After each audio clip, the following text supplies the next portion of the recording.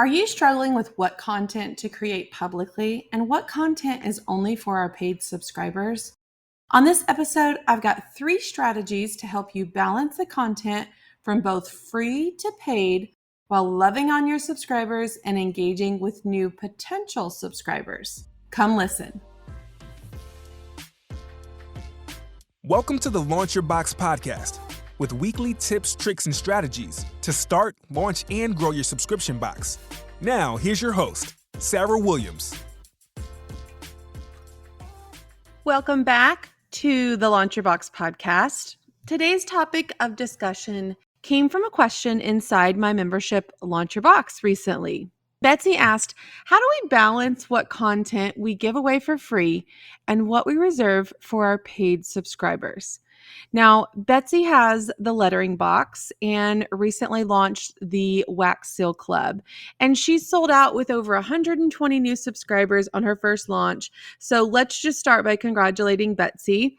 I have interviewed Betsy before on the podcast, so if you want to learn more about her subscriptions and her journey, you can check out episode 93 here on the Launch Your Box podcast.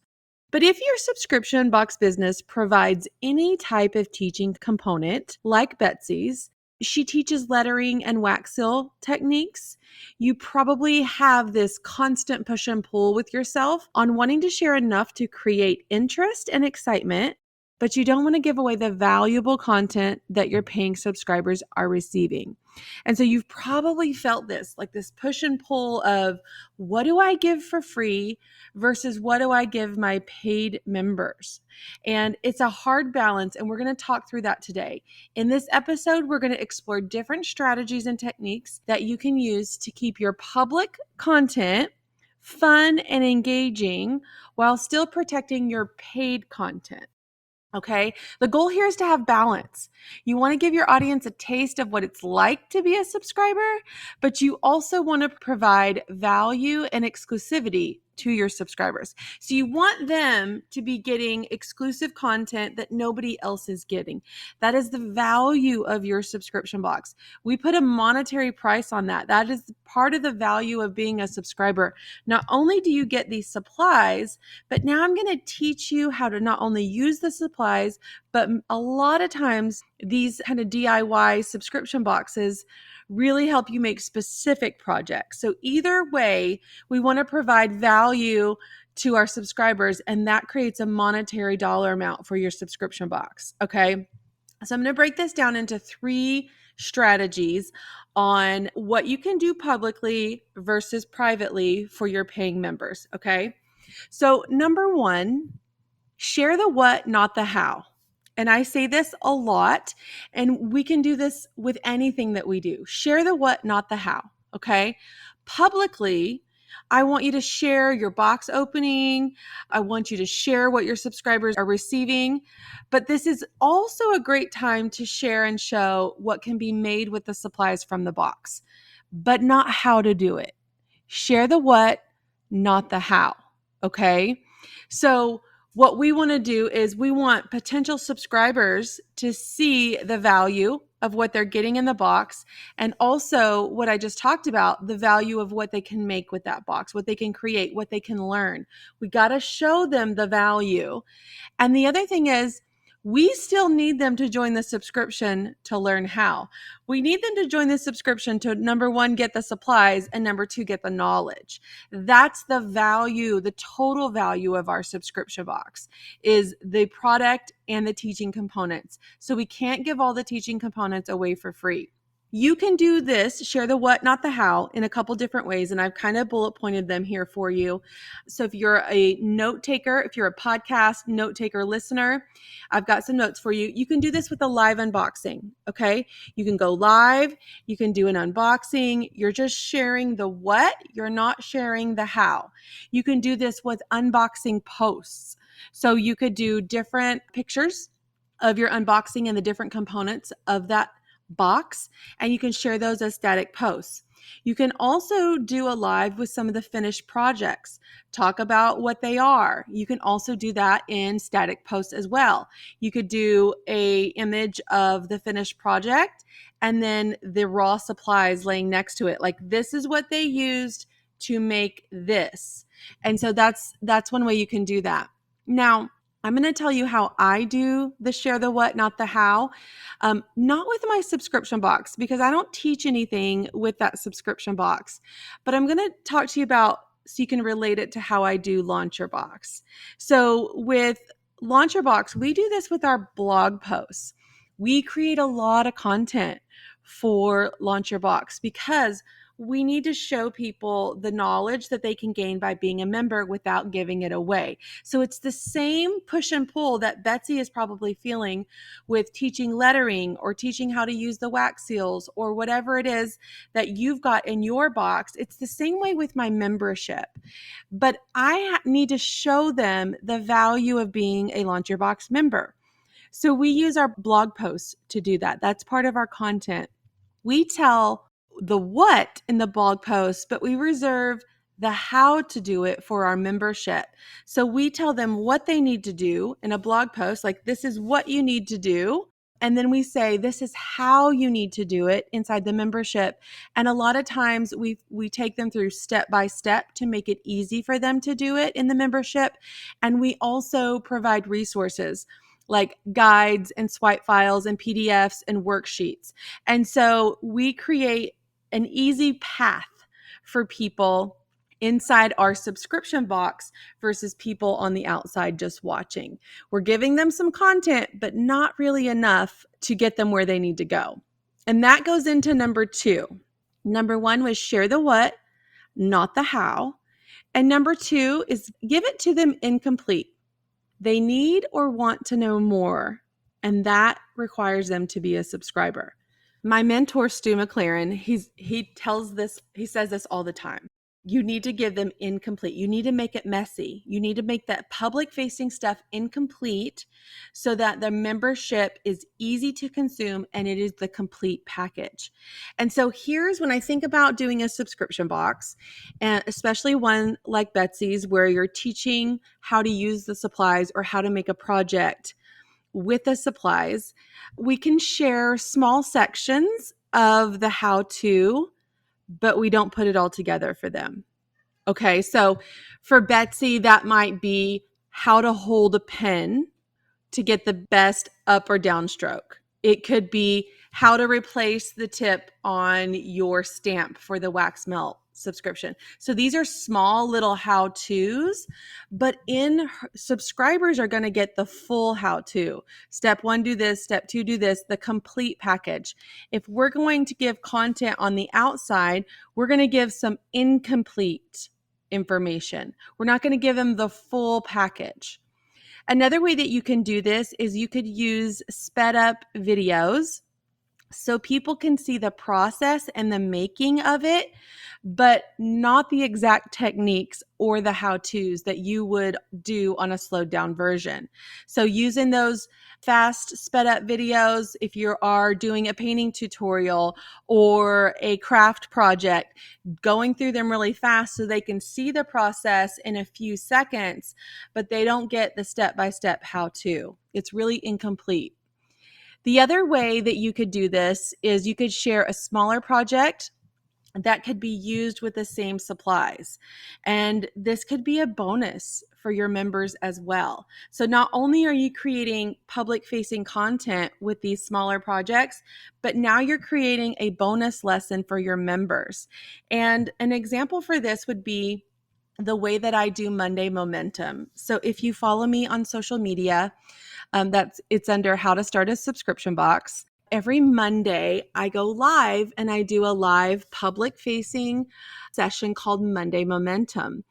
And all that is a shortened version of some piece of content that I'm teaching in the membership, or it's a shortened section of some other content that I've created. I know that's really vague, but I'm trying to explain it to you in a way that you could use it. And so every Monday, they get a little tidbit to help them build momentum during the week. And people can see what kind of teacher I am, what kind of subscription box coach that I am. They can get value from that. But the people inside my membership always get more than that 20-minute tidbit. And also the people in my membership, because I stream it into my membership and I stream it publicly.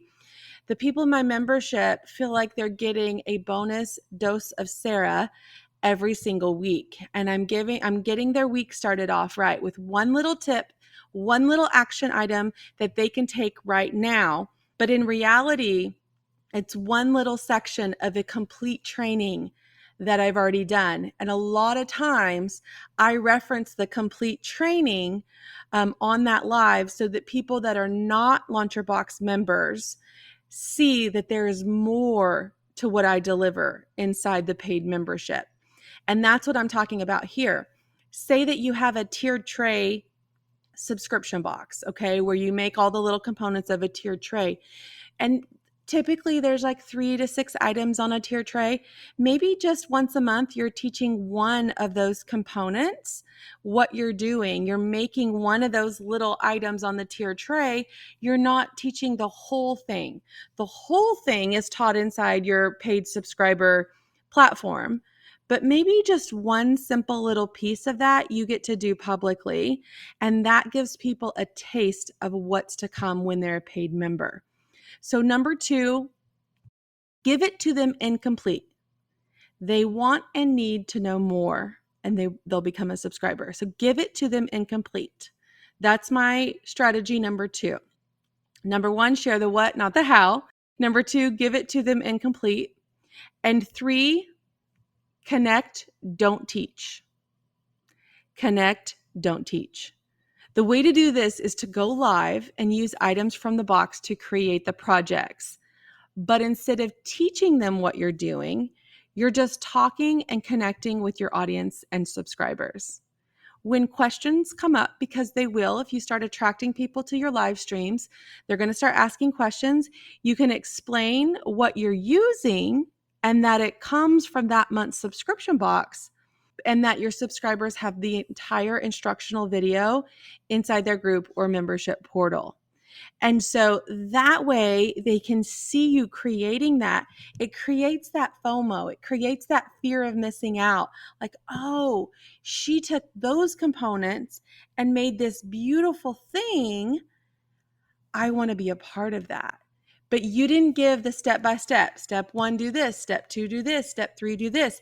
You're just making it while you're connecting to your audience on a live stream. My friend Damon Oates from Deco Exchange does this so amazingly well. He will go live a couple times a week, and he will take some supplies from his subscription box, and he'll say, these are from this month's box. Let's make something tonight. And he just starts making it. He's not saying, I'm cutting this. I'm cutting, 6 strips of 10-inch ribbon. I'm using this and this. And he's not giving you the how-to. He's just sharing it with you and connecting with the audience. He's talking to the audience. He's saying hi to the audience. He's talking them through. If they ask questions, oh, where'd you get that floral? Oh, it was in this month's supply box, or maybe it was from a past month's supply box. And so he's just talking, but he's not doing step by step by step. One other thing that he does inside his paid content, he gives a better angle of the project. So he'll give an overhead view of what he's making in the paid membership, the paid subscription. But on the public facing, he does a view where you can see his body and the project. So the project is smaller. So you can see his hands moving, and he's talking to you. So he's front facing, but you're not up close on that project like you would be if you were one of his members. And so that's another way that people can see the value of your products. They can connect with you on a personal level and realize how much they get by joining your subscription. For my business, for my subscription box business for Framed, I don't have a teaching component, so it doesn't relate to that. But anybody listening here that maybe doesn't have a teaching component like me for your subscription box, this could just be working and connecting with our audience. You don't always have to show up and sell stuff to be able to live stream. I could totally just start pulling and shipping orders. I've done that before. I've gone live. I had a stack of orders and I'm like, hey, y'all come pull and ship orders with me in the warehouse. And I've got my little laptop on my rolly cart and we're rolling around the warehouse, picking orders and pulling them, walking over to the shipping desk and shipping. And I'm just talking to my customers. I'm showing them what someone else had ordered.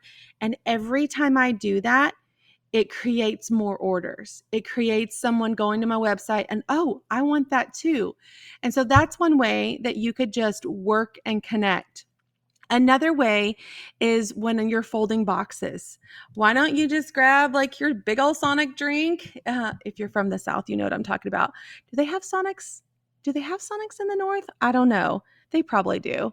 But big old Sonic drink, grab a stack of boxes and just start folding them and talk to people while you're folding the boxes. They love to see the processes. So that's a way that you can just live stream and give them some content and just connect with them.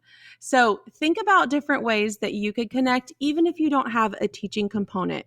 If you do have the teaching component, just show up, make it, but don't teach them how to make it while you're live. Okay. So that's number 3, connect, don't teach.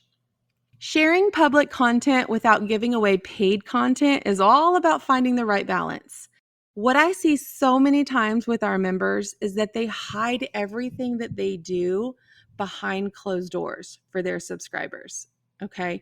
Nobody sees what happens inside their subscription or membership.